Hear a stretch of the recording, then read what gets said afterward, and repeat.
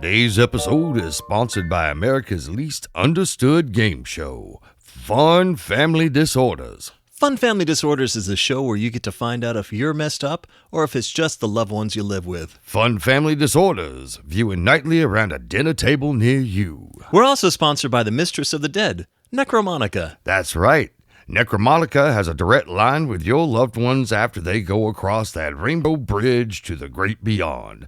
And her live stream call-in show lets you ask them for their passwords so you can cancel the subscriptions they aren't using anymore. She also has a new cooking show. She does. Necro Nom Nom Noms. She'll show you how to bring your dead dinner parties back to life with dishes like reconstituted potatoes, dead-eyed peas, and our favorite, reincarnate asadas. Thanks, Necromonica. And we'd like to welcome a new sponsor to the show, the Percon Book Club.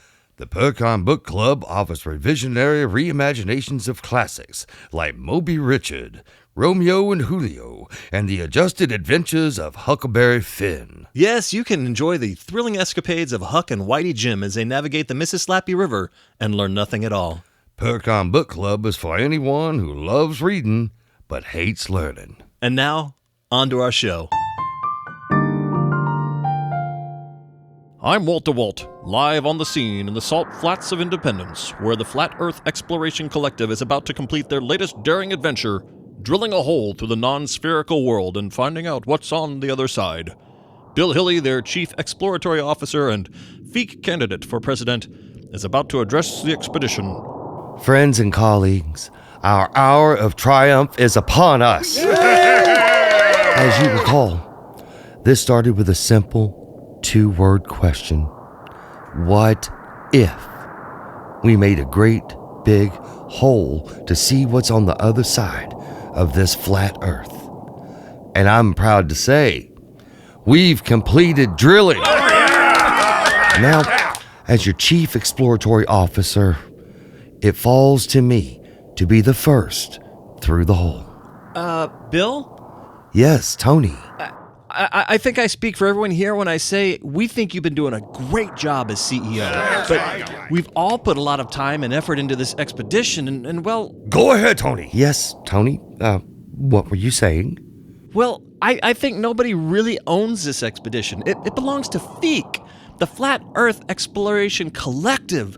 And so nobody should really be the lead person going through the hole. Yeah, we should all jump in at the same time. Exactly, Gil. The achievement is ours, and we should go in as a group to show our... Solidarity! Yeah, and that together we are... An unstoppable force that shares the glory of victory and the shame of failure, no matter how many FEEK members we lose. Okay, sure, Gil. What do you think, Bill?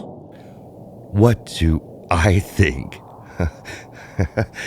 Tony, Gil, I think it's a splendid idea. Let's all jump at the same time. Yeah, let's do it! Count of 3. 1, 2, 3.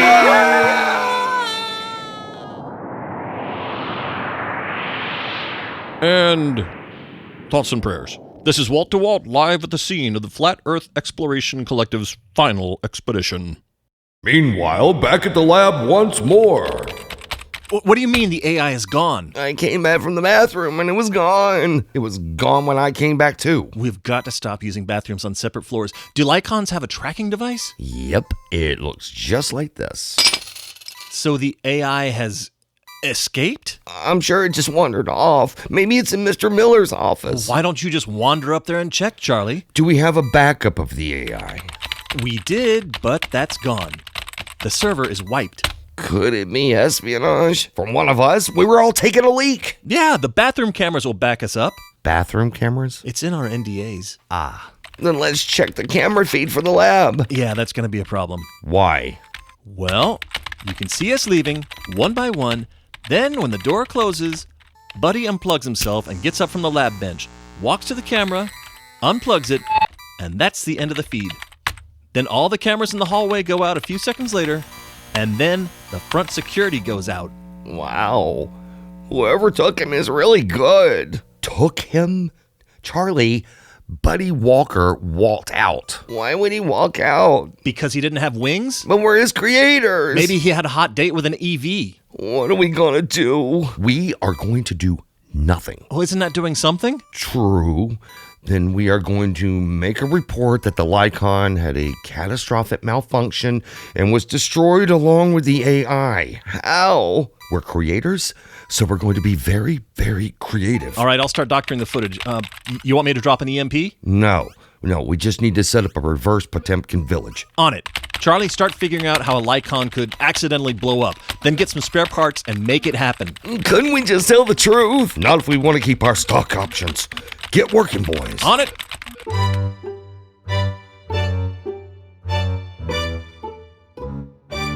At the end of a long day, sometimes you just want to relax. Maybe clean up a little, too. And what better way than a nice hot bath?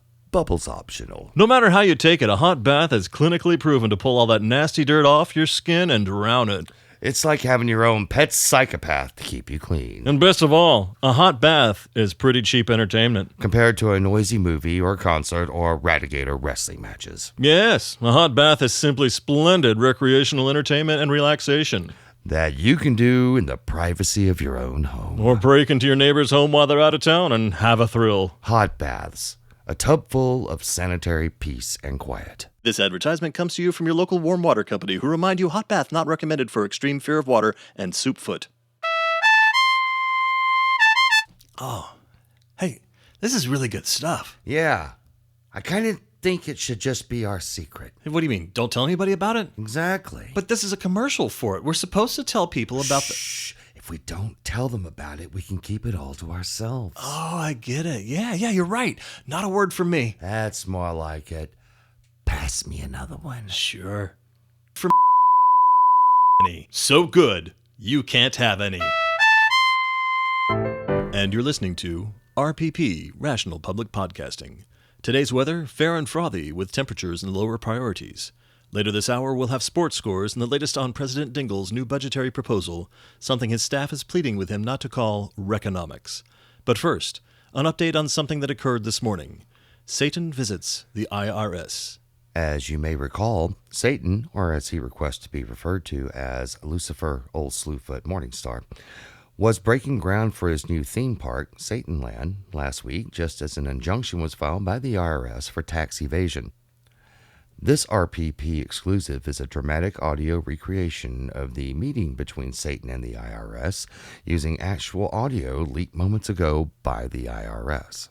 Before we start, just a reminder that Rational Public Podcasting is brought to you by sponsors like Percon Carbon Dating Service, for those times when you wonder how old you really are and whether your ancestors would find you hot enough for dinner and a movie.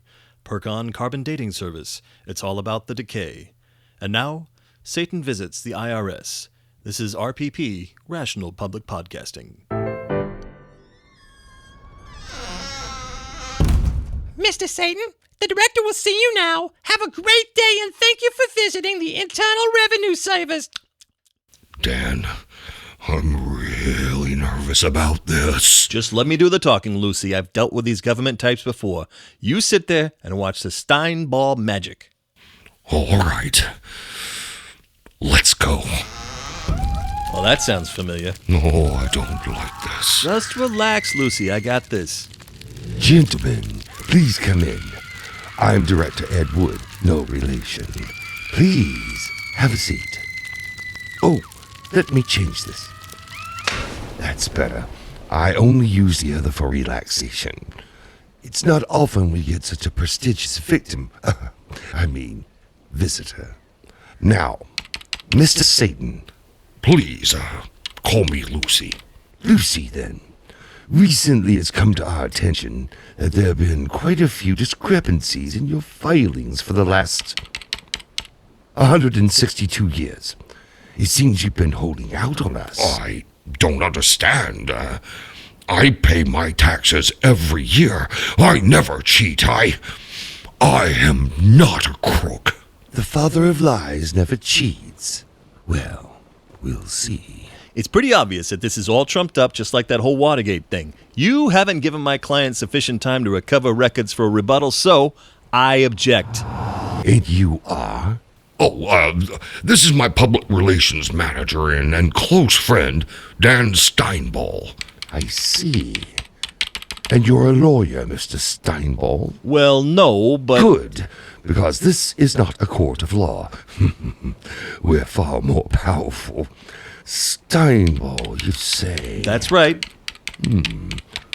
Looks like we have an appointment with you next week. This isn't about me. It's about my client. Plus, I haven't filed a return in the past 51 years due to a recurring disability. You mean your death? Potato, tomato... And yet you've continued to draw income from your employer here. Still not about me. For the moment, Mr. Lucy, it seems that your actual income was, and is, much larger than your adjusted income according to these filings. Incredibly larger. And very much subject to federal income tax. According to my records, everything is on point. And according to our records, it would seem that your overall net worth is far greater than reported, and that your expenditures and write-offs don't balance out. What do you mean? You're listening to Satan Visits the IRS. This is RPP, Rational Public Podcasting. We will be back after these messages.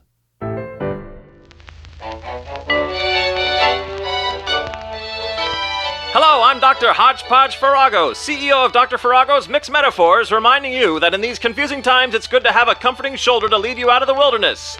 That's why I'm following in the footfalls of our founder, Dr. Melange Farrago, my grandfather until his unfortunate demise in the other timeline. Here at Dr. Farrago's Mixed Metaphors, we believe in quality. Quality and competence. Competence in quality. Incontinence in quantity. And that's why we hand select our metaphors before we machine wash them and hang them out to dry. Right, Tommy? You bet, Doc. Nothing beats our mixed metaphors unless they use a tire iron. Attaboy, Tommy. And that's the level of competent quality you could expect from the #1 metaphor merchant in the internet, where we use only ethically sourced phrases that make you proud to use them while you stand for equality and justice for now. Just like in the other timeline, Doc. Yes, indeed, Tommy. When was the last time you were in a situation that called for you to sound intelligent but not intellectual? All the time, Doc. And that's when you can rely on the domesticated caliber of Dr. Farrago's mixed metaphors, so you can say something that will leave them wanting more or less, like... An apple a day keeps going and going and going. And... We have nothing to fear before 5 ferrets. And this international bestseller. Early to bed and early to rise makes a man, woman, and child. Your colleagues will be in awe of your mastery of the command of the English language, and your family will be the envy of the neighborhood watch when you use our patented phrases like... How many roads must a man walk down before he gets a car? This one was big in Nebraska. The corn is as high as the sky in my eye. And if you're ever asked to make a toast in a hurry, there's always... Let's all raise a glass to the window in every door. Dr. Farrago's Mixed Metaphors is your linguistic champion in every situation. Just visit us at dfmixedmetaphors.com and use the code...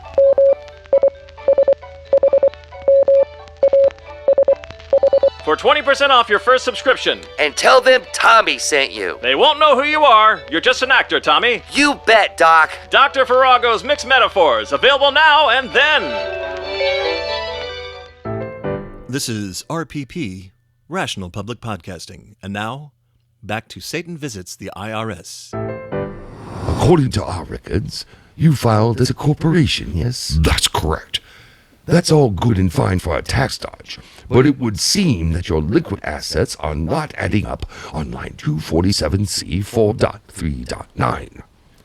According to this, you reported just last year that you currently only possess 49 billion souls. Yeah, that's right. We keep a careful count due to ingress. Yes, but we find this number is extremely off. Furthermore, you're reporting that the average worth of a soul is only 14 cents. Well, you have to understand the cost of containment, expansion for further containment, payroll, retrieval costs, heating and cooling bills. You know, the cost of doing business. Which you outlined on lines 13 through 222, which we took into account. However, our research shows that your estimation of the liquid worth of a soul is vastly lower than current market value. Okay, I know it's no job when I see one. How dare you accuse this great being who now sits before you of shaving things off around the edges? Well, I shall elucidate. Now, while no intrinsic value can be ascertained on the free market for the price of a soul, we have used a few examples of deals made by you, Mr. Satan, to estimate a soul's worth and adjust that for inflation. I would be more than happy to explain the situation to you. Dan? I'm on it. Mr. Satan. Oh, yes, of course. Go ahead. Very good. Now, as I said, Wall Street has not set an actual monetary cost for an individual soul, but we have done a few computations for stabilization purposes. If we look at the incident The Devil Went Down to Georgia, we have you bartering a fiddle of gold against one Johnny in a musical competition for his soul, which contemporary accounts indicate you lost. It was a spur of the moment thing. I was drunk. So we look at the cost of one golden fiddle as an equivalent to this young man's soul. According to modern manufacturers of violins, the average instrument is 450 grams in weight, which, taking into account density and then replaced as gold, a fiddle of gold would be roughly 543.3 troy ounces. That being the case, that would put the value of Johnny's soul in the ballpark of $1.15 million. Dan? In the case of Lucifer versus Jabez Stone, which again you lost, you valued Stone's soul as 7 years of prosperity and good luck. We have estimated that sum at $1.85 million. While there are other examples, these are the two most reasonable in terms of taxation. So, if we take the average of the two, we move from the abstract to a firm estimate worth of a soul being $1.5 million. Well, I don't think you're taking into account depreciation. We'll come to that. Let's first look at the amount of souls currently in your care.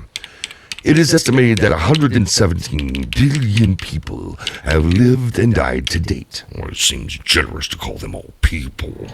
Now, given that it's estimated that 42.3% of souls go to heaven, nirvana, or a respective positive zone of faith, that means that 67.51 billion souls are currently residing in the cash box you call hell. At $1.5 million per soul in revenue, that would mean your net worth, minus holding, is $94,514 billion, which you have reported $6,860,000. A slight anomaly? Well, And figuring in penalties, late fees, and interest, minus reporting, Satan Corps, mainly you, owe the United States government $92 quintillion. Will that be cash or certified funds? Dan! You're listening to Satan Visits the IRS. This is RPP, Rational Public Podcasting. We will continue after these messages. For the past 12 years, Bandy Blorton has been the Democrat representative from Baltimore. He has fought to preserve tax cuts for the middle class, better education for the youth, and shark sandwiches for the hungry. All of this while marching in lockstep with the Democratic Party, but no more. I have come to realize I'm my own man, not just a cog in the Democratic machine. That's why I'm becoming a Republican, so I can be independent for the team. Sure, he'll still believe in tax cuts, but maybe for a little higher tax bracket. And he's all about better education for the right kids. And let's face it, shark sandwiches are just too frivolous an expense when stone soup is almost as nutritious. Bandy Blorton. I want to be your Republican representative from Baltimore. Paid for by the committee dealing with the fallout from Bandy Blorton switching parties. This is RPP, Rational Public Podcasting. And now, we return to Satan Visits the IRS. Everything's handled. They're on their way. Now, what did I miss? Apparently, I owe more money than has ever existed. Well, we'll see about that. Here we go. What's all this? Hey, you got your little typey computer? We've got real geniuses. First on the slate, Robert Boyle, Who the hell? creator of Boyle's Law of Thermodynamics, among other things. Oh, and where am I now? This isn't Mum's closet. Dr. Boyle, could you explain to us your theory of thermodynamics? Whatever you Paulager. Listen, basically it's based on pressure, volume, and temperature. The higher the pressure and the lesser the volume, the more the temperature increases. And the opposite is also true, especially when you're caught in a tight or the wrong kind of tights. So hell is subject to this law? Sure, if the pressure increases, all hell breaks loose. And if the pressure decreases, then hell freezes over like I give a shite. So how does hell maintain pressure and temperature? Well, it needs to expand at the same rate that the souls enter into it, now don't it? You can go now. Whatever. So, maintaining the level of containment and torture that we've all come to expect from a professional hell is expensive, and hence, a write-off. Noted. Are we done? Oh no, baby, we're just warming up. Who's this? Presenting Daniel Webster. From the Lucifer versus Jabez Stone case. This should be interesting. Now, if I understand the facts of the case correctly, you are basing your accusations of financial discrepancy on the total amount of souls from the beginning, am I correct? Indeed. Well, that seems extreme. You are taking into account all souls, including those not of U.S. citizenship now, am I correct? I suppose so. The United States is a global caretaker, so we see them as dependents. Aha! But the United States wasn't recognized as an independent nation until 1783. And remind us, when did your organization come into existence, sir? Well, 1862. Well, so logically you can only hold my client accountable for those souls obtained from 1862 to present time, and only those from the U.S. according to your legal reach. Is that not correct, sir? Well, The court patiently awaits your answer, sir. I suppose so. Well then, the defense rests. Now what? Oh, the best is last. Mr. Walter Payne. Who? He was, I can speak for myself. I took care of Mr. Capone's, business interest. Didn't we use your books to arrest Capone? That was coercion and entrapment. So what do you have to add? Well, my new employer put me in charge of all his, business interest. So I keep all the records. so you know exactly what comes in and what goes out. What are you, a gynecologist? Yeah, I keep track of the profit and loss of Mr. Satan's business. And how's business? Septic. I'd say it was worse, but the only lower reference I can think of is France. Can we get on with it? Oh, of course, of course. So how far in the hole is hell? Let's put it this way. If it cost $1 to go around the world, hell couldn't make it to the crapper. Between maintenance of the structure itself, heating costs, payroll, and general necessary amenities, hell is currently operating at a negative 112%. If it weren't for the boss's generosity and participation favors for the government, we'd be tits up. Wait. Favors for the government? Oh yeah, if it weren't for certain services Mr. Satan has performed for the government, and for the Vatican for that matter, he wouldn't be able to break even. In fact, if those numbers were entered on tax documents, the government would owe him. Thank you very much. That's another one you owe me, Danny boy. I'll see you next week. Am I to understand your organization is declaring Chapter 7 bankruptcy to avoid paying your tax burden? Not at all, Wood, not at all. What we're saying is we're a vital service to the community, because if we did not exist, where would all those souls go? Purgatory's just a hallway, you know. Vital services pay taxes. Ask your internet provider. Sure, but my internet provider isn't also a church. That's right. Lucy, among your many titles, what's one that's often used? Big Daddy? I was referring to Lord Satan. Damn right. And the Dark Lord. It's been an established precedent for centuries. And, as I recall, the IRS declared the Church of Satan as tax-exempt in 2019. Well, we did, but... But nothing would. As a tax-exempt organization, Satan Corps and its subsidiaries owe you and your organization nothing. Come on, Lucy, we're getting out of here. And I'm billing you for our time, Wood. You're not a lawyer. No, but I have a lot of them on retainer. Good day, Mr. Wood. Blast their hides. So close. So very close. And that concludes RPP's exclusive reporting on Satan Visits the IRS. Coming up next, sports. You're listening to RPP, Rational Public Podcasting. Thank you for calling HelpoCall, your one call to help it all. Para escuchar esa llamada en español, marque 9. Please press 1 to hang up. Please press 2 to be hung up on. Please press 3 if you have hang-up issues. Please press 4 to be shit upon. Please press 5 to have shit flung at you. 50-cent charge will be applied to your credit card. Please press 6 for a slow death. Please press 7 for sexual release. You have chosen sexual release. All of our operators are currently serving other callers ahead of you. If you'd like to wait, press 1 now. Your place in the queue is currently number 12,099,000. Thank you for calling HelpoCall. If you'd like to stay on the call, please press... So, how's the family? Good. Still good. Good. And the job? Good too. Still driving that DMW? Nothing's changed since last Wednesday. Good. What do you think about the Rakers this year? I still don't follow basketball, Dr. Dotson. Good. Dr. Dotson?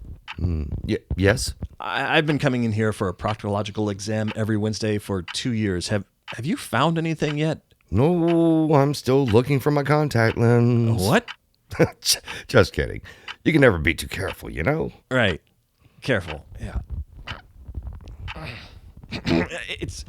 It's just that, well, I was talking to a couple of guys at the gym, and they were saying they only see their proctologist once a year. Really? Yeah, they call it an annual checkup. Well, we can't be too careful, you know. I know. I've heard you say that a lot. Well, you are my number one patient. I know, and I appreciate that. Good. But I was wondering, Dr. Dotson. What about? How many patients do you have? Oh, let me think.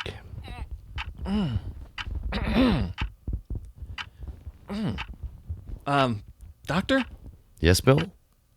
Is that a 1? Yes, it is. You're my number one patient. Out of how many? Out of 1? It takes a lot of practice to be a good doctor, Bill. I thought you practiced in medical school. When does learning really end, Bill? I mean, Socrates found everything to be a source of fundamental learning. Yeah, but I thought Socrates was trying to reach understanding by reducing error. As am I, Bill. Didn't he get in trouble with the authorities and was forced to kill himself? Let's not worry about end results, Bill. We're almost finished here. Okay.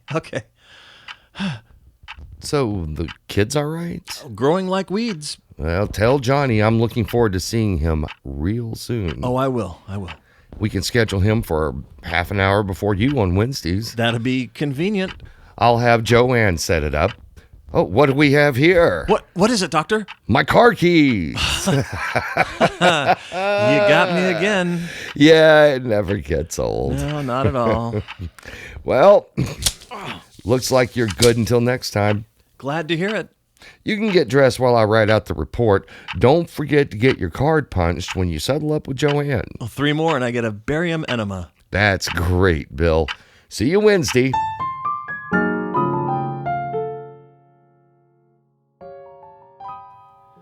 Lucy, listen to this. Your ratings, they're up. Up?